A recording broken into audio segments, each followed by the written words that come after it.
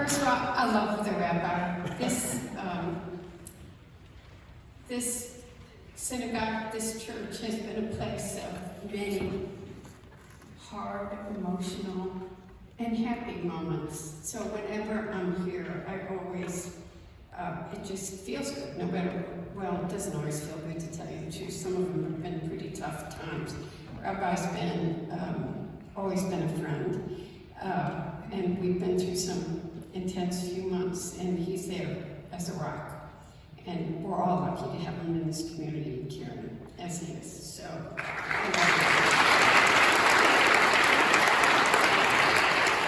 I'm looking at Bentley back there. It sounds like the Thrive Act. It sounds like the bill that I actually introduced, the Thrive Act. So I don't know how you all didn't make sure I was on it, because I told her all I was on. So I'm blaming it on the LCB.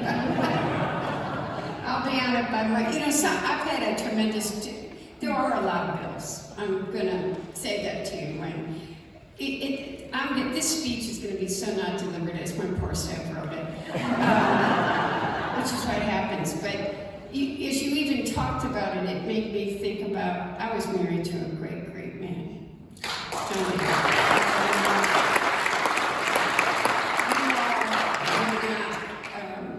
He actually wrote, life is complicated, and maybe I'll talk a little about that today as we write about this, but he wrote the Clean Air Act bill. And somebody said to him, boy, that got through quickly. And he goes, what do you mean it got through quickly? I spent 10 years working on that bill to get it done. And that's what change takes. You're young, and I want you to be impatient and call me and tell me my name's not. And I've debated with some of the people in this room about what the right approach should be to something because of the very issues that the rabbi was just talking about. I worry about, as we pass environmental laws, how we ensure that they're fair and do not pass on costs to those that can least afford them. So, we talk about taxation and things like that, and I've had I don't just put my name on something because it sounds good, because I want to understand what the implications are going to be.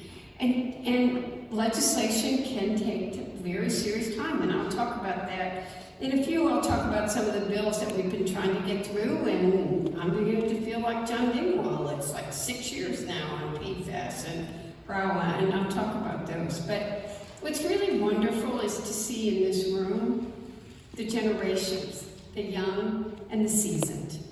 None of us are.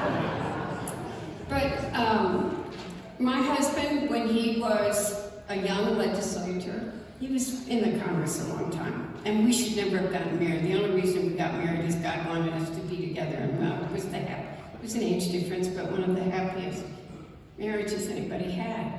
But he chaired this, which is now the Natural Resources Committee, and it was called the Merchant Marine and something committee back in the early 60s. He was, for many in Ann Arbor, you wouldn't think of a hunter or a fisherman as someone that was a conservationist or an environmentalist, but it's what made him both. And he wrote when no one, you could not imagine today, and when I was going through his papers, when he was retiring, they're now at the Michigan Library, he wrote, and he wrote it as the Clean Water Act, the Endangered Species Act, the National Environmental Policy, NEPA, which is now known as the Magna Carta Law around the world for environmental laws. But we know how important clean water is now. We know what happened to the children of Flint when they had lead in the water, and I'm very proud of the fact that in the Energy and Commerce Committee, I am the person that offered the amendment to get lead out of every pipe in America. And we're going to get it done.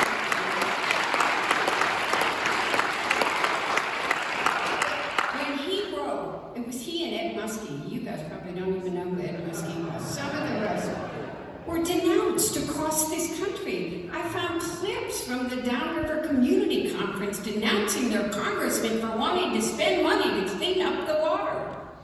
And times change, and we have to raise awareness and talk about the issues. And I'll talk about more of the bills, but right now, there are things that all of about, and I'll get back to my prepared remarks and do more, but, you know, we've lost, in our lifetime, of those of us that are more seasoned, almost 3 billion birds.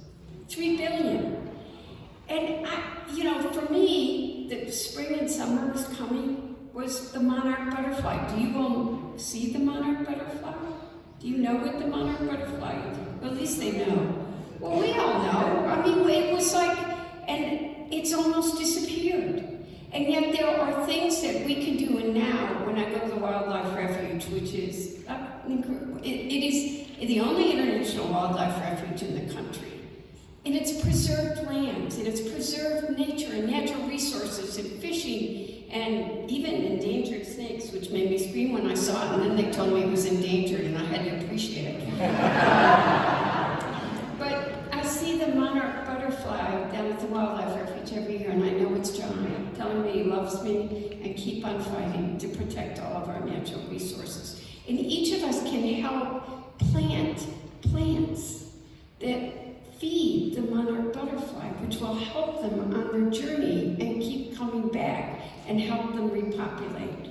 And there's so many little things. I don't know why, I sat at the back of here and just thought a lot about John and so many stories. And when he did the Clean Water Act, I was younger than you were. And I remember, I grew up on the St. Clair River. And I just took it for granted that it was black and murky and had oil in it. I got in the inner tube and we'd kill you all if you ever did. And got in the inner tube and went in the wake of freighters. But those waters are clean. I know, I told you you wouldn't need the water. We did things we weren't. And, you know, we caught fish and didn't realize we were eating mercury and PFAS. Now we ban it. Back in those days we didn't. But we made our voices heard. And you can't, but with the Clean Air Act that I spoke about, and there was a lot of people fought it. When I got elected to Congress, I made several promises. And I'm so off script, but I was going to bring peace between Michigan and California. And for 10 years, there have been, Bentley can tell you in the back of the room, there have been none of the traditional environmental wars. There's been tension, there's been discussions. And I didn't sign on to the Green New Deal when it first came out. But not everybody was at the table, and I'm going to talk about that in a minute. Everybody needs that seat at the table. The unions weren't part of it, labor wasn't part of it. And we need to think about, as we talk about all of these issues, is how we get everybody to understand why it matters. And how we make the workers not feel threatened that they're going to lose their jobs, but they had a seat at the table. So, I mean, the environmentalists in this room will tell you it was the case. When they put out the Green New Deal, there wasn't a union at the table. They didn't agree to it. I brought everybody together. I talked to Bentley's big boss and to Gene in Washington, and I brought 15 of the first meeting we had. The presidents of every major environmental group were at the meeting, and the presidents of unions were at the meeting. But you got to do that. And we had large, I told you the mayor was coming. He just walked in the back of the room. They were calling all the names, and I said, everybody's at the other event I got to go to, and then they're coming here. So, welcome to Chris Taylor, the wonderful mayor of Ann Arbor.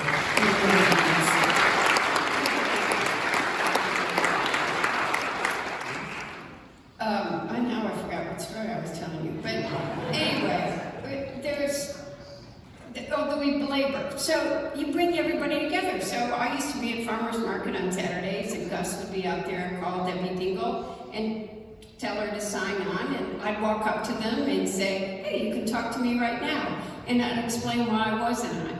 I don't know, I think it's just the fact that I've lost my chief and my legislative director and had staff changes, because Royal talked to me about that, and it does follow. Normally, if I'm really not in something, Bentley nudges the office and it gets fixed. So that's why I was sort of giving him Bentley is with the LCB, one of the sponsors of this today, and I think all of that's like the Sierra Club, and I know there are other groups that I should acknowledge, and I'm doing this off in my head right now. So, but I may not always get right on the bill that you want me to go on, and I talked to AOC, and I said, you didn't have labor, and she goes, I know that was a problem, and I said, well, I'm gonna bring them too. And those discussions, so I had sit-ins in my office, and we bought people pizza, and I wasn't gonna have anybody thrown out. I want you to feel like you've got the right to be heard. But I explained to people what I was doing, and it did result in what my work then, bringing people together, lots of tough discussions, did result. And then we brought the autos in later, but we just kind of told them they had to take it. And we all were at the White House in an August ceremony where everybody agreed to it. But people talked to each other. They had a seat at the table. And you've got to listen to each other. And when the rabbi talked about, we do have communities that, we have to make sure we are taking care of all communities. And there are communities. I lived in Dearborn before I moved to Ann Arbor, and we have an area over by Sling. It has the Ford Motor Company buildings, and then it has a steel plant, and there's a Saline element and the petroleum, Marathon Petroleum, all right there. And those kids those kids have a high asthma case. I was in there to do a town hall and had an asthma attack. Nobody could believe it. I had an asthma attack in front of everybody. I had to actually go out and get an inhaler. So if I, as an adult, think about it was like for what those kids are breathing. And we've fought to get air detectors in there and stuff. And that's the kind of things that you need to do too. But I will ask when people try to get me to support a tax. So you may not get me on everything, but you may not. Okay, but is this going to disproportionately impact those who can least afford it? So I'm not afraid to ask questions either. So when he talked about that one particular resolution, that's a staff administration issue. I know there are other bills that people want me on here that I won't. So as you wouldn't be here if you didn't know that the climate crisis is one of the most urgent of our time. And you all know we don't have time to waste. We've already lost time, and we used to talk about the wildfires and the hurricanes. Well, before I moved here, we've had some floods here too. I lived in Dearborn, which had a once every 100-year flood every year for the last decade. And we are seeing the impact on climate change in our everyday lives. We're seeing more tornadoes. We know that it's real, and that we got to work together. We want to protect our environment for the generations to come, and we all want everybody to be able to live and breathe and drink water and not worry about contaminated soil.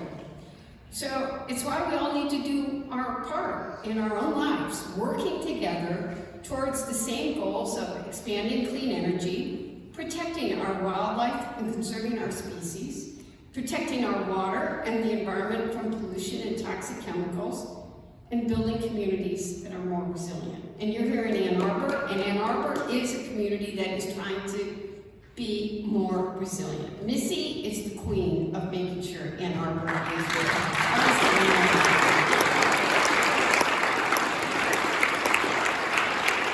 And that's why I'll say it's critical that everyone has a seat at the table. Everyone has the opportunity to have their voices heard, because every single person has a role to play, and we need to understand every person's perspective, their concerns, their fears, and what their hopes for the future are. So let me do a quick about what we're doing at the federal level right now, before I get into the state and local level and what you all can be doing. The Inflation Reduction Act, the IRA, worst word I've ever heard to describe what a bill does, but is the single largest investment in clean energy, environmental justice, and climate actions in American history. People don't realize that. I'm especially proud of the support this legislation has for the transition to an electric vehicle future. The auto industry has demonstrated it's ready for America to become a global EV leader. And now we're instituting policy to make that future possible. You're going to hear a lot of noise about this. You guys need to help us fight back the noise. The next couple of weeks, that's probably not the timing I'm supposed to announce, but it's very shortly,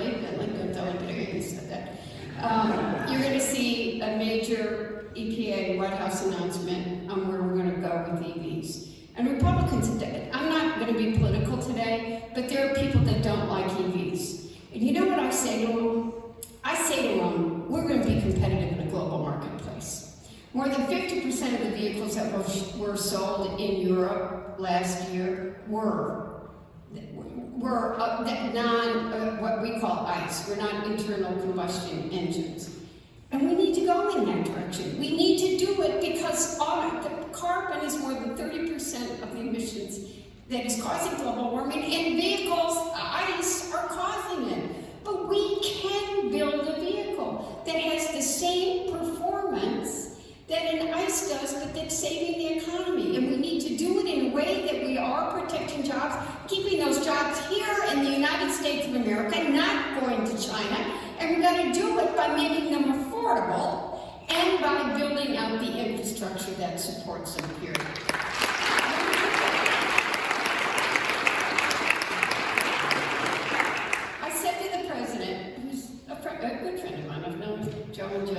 Joe and Jill got married when John and I got married. I'm not that old, okay, but I was married a long time when I was a young wife. So I've been married a long time. But I said to him, Joe, if you want people to understand EVs are real, come out when they unveil the F-150. Because the pickup truck is real. People want that truck with performance. And look, we got to make sure the infrastructure is there. We've got to make sure that people can have chargers. That's part of what we have to do to make sure the infrastructure is there. And that's what we're working towards doing. That's what I got to focus on. How do we make sure what we have to do to get there is there in place right now? Another important provision in the IRA has been was the sponsor of mine, is the Greenhouse Gas Reduction Fund, which provides $27 billion to establish a national climate bank to help finance important carbon emission projects nationwide. The Greenhouse Gas Reduction Fund is a historic program that will help us attack the climate crisis head-on by mobilizing public and private investment for projects that slash climate pollution in communities across the country, especially underserved communities, all while lowering costs for families and creating good-paying jobs. Remember that. We want jobs here in the United States of America, period. And I'm not going to let China subsidize it or outcompete us. I am never going to secede our innovation technology to another country, which means we must be intentional in fighting for that. It's true. It's based on a proven green bank model we've seen flourish in states across the country, and Michigan was the model that I based it on. Projects that are not only environmental opportunities, but incredible economic opportunities to creating good paying, high-value jobs, and have a strong workforce across the country are part of how we address this. And I'm very proud that cities like Ann Arbor and our elected officials here are leading the nation in demonstrating how much is possible when a community is committed to creating a net zero clean energy economy. The mayor and Missy, I give them grief sometimes. I don't give them grief, it's just, never mind, I won't say. Hey, if I didn't give Chris Taylor grief once a week, he'd worry about me. But last spring, we secured more than $500,000 in federal funding from the Department of Energy for Ann Arbor to design a community-scale geothermal heating and cooling system that will cover at least 75% of the heating and cooling load for 260 households, a local school, a county community mental health service center, and municipal public works facility. Using clean geothermal energy for heating and cooling can help American cities across the country meet energy needs, drive down costs, create jobs, and most importantly, reduce greenhouse gas emissions. Community-scale geothermal systems are relatively common outside of the United States, but they're barely here domestically. Time to change that, and Ann Arbor is leading the way, so thank you very much.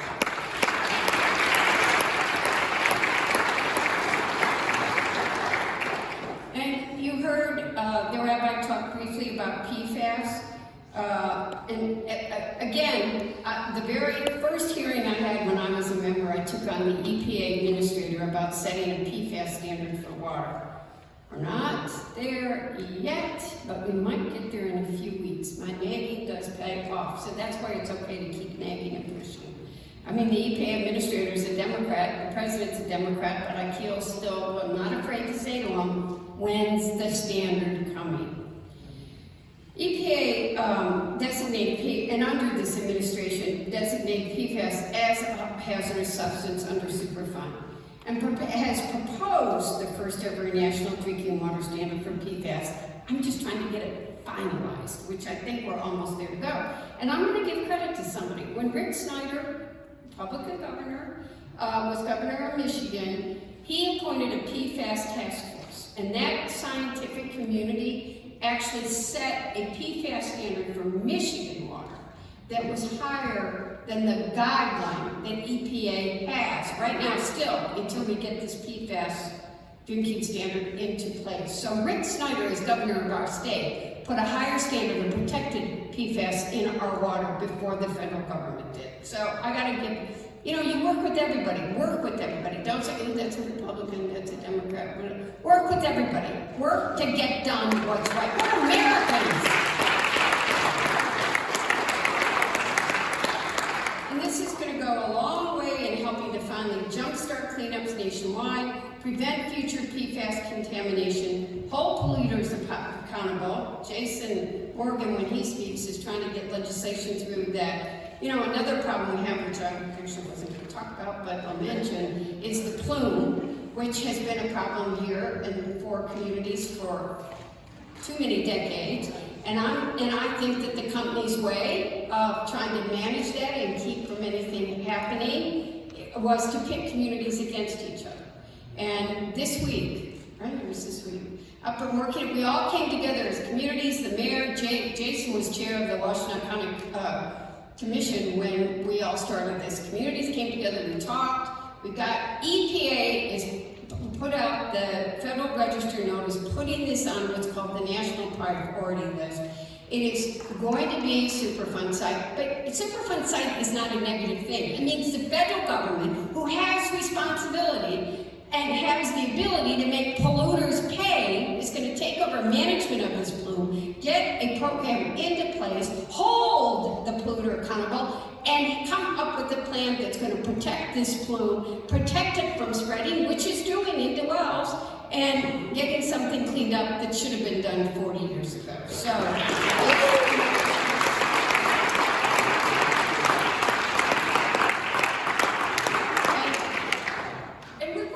We all worked together. I mean, that was the result. There were Republicans and Democrats. Jason, who still looks like he's 16, had got some gray hairs from it. And the mayor was into it. We all worked together on tough stuff. That's what you got to do. Not be afraid. Sit at the table. Have the discussions. Respect each other. Listen to different people's perspective. Understand where they're coming from and why they're coming from there. And you can go and get the job done. Last bill, so anyway, we got the PFAS Action Act. Hopefully we'll get the drinking water standard. We've got to get people to pay for it's known as a forever chemical. And by the way, it's in everything. It's in your socks. Those of us who can't cook had Teflon pans. It was in the Teflon pan. You don't want Teflon pans. It's in your makeup. It's everywhere. We need to get it. And one of the things I'm proud of is during COVID, I did get the fast, it's in your food wrappers, in your storage. Once you get it, doesn't go away. More than 90% of people's blood have some PFAS in it, and it's got no consequences. I introduced legislation to get it banned in food storage, and most of the fast food companies stop or don't ban it from use in their storage of their food just because you raise the see how me looking at them, telling them how to be. I try to be a good trouble person, a polite troublemaker. Some people don't think of me as so polite, but anyway. The last bill I'll tell you about is ROW, which is a bill that would provide, and again, you can't give up. It's a bipartisan bill. It's passed the House twice. I'm trying to get it done again, and sometimes it's your own party. It's the Senate, which John Dingell used to say is where bills go to die. But it's a $1.4 billion a year to address critical species recovery, boldly tackle pressing conservation needs, and prevent the need for more costly interventions. So before something gets on the Endangered Species Act, we give the money to the states that are the closest to the ground. They know what needs to be done, and more than I was talking about, more than a third of our plant and animal species are currently threatened by extinction, putting ecosystems across America at risk. So we don't have time to wait. So I'm hoping, I'm still trying.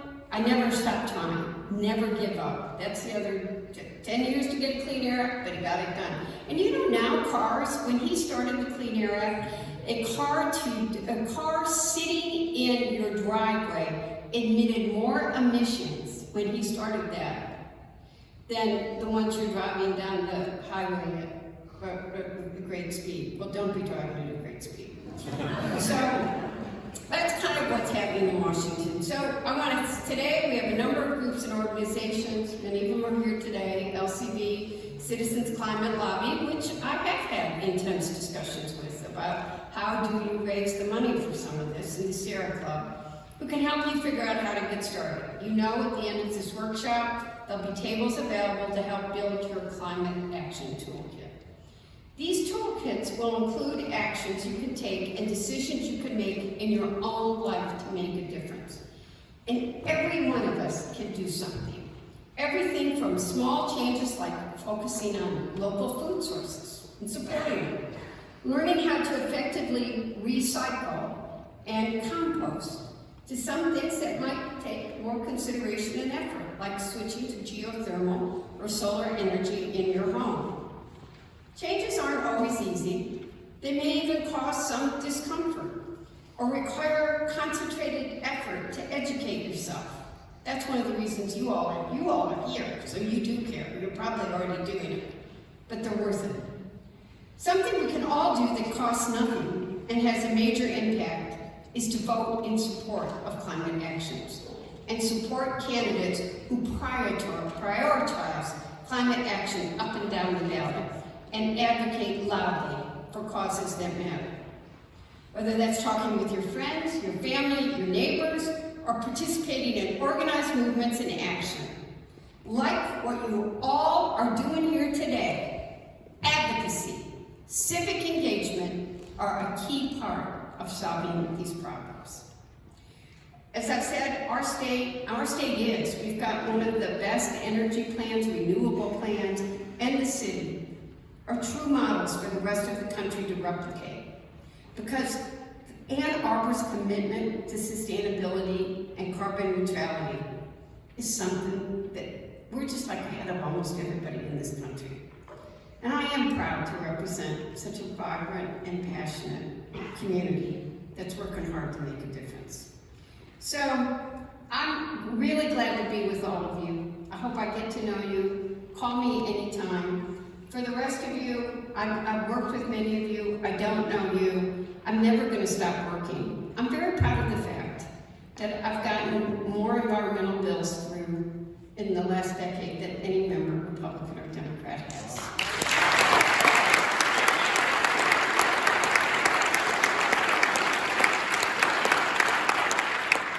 But I think one of the reasons is how I approach it. I do believe in sitting down with everybody. I do believe in listening to everybody's perspective. I do believe in understanding a worker's fear. I do believe in understanding how people can't afford to drive an EV or don't know how they're going to charge it or how we're going to build out that infrastructure. We have to hear everybody. We have to hear the young people's concern that is their planet going to be okay?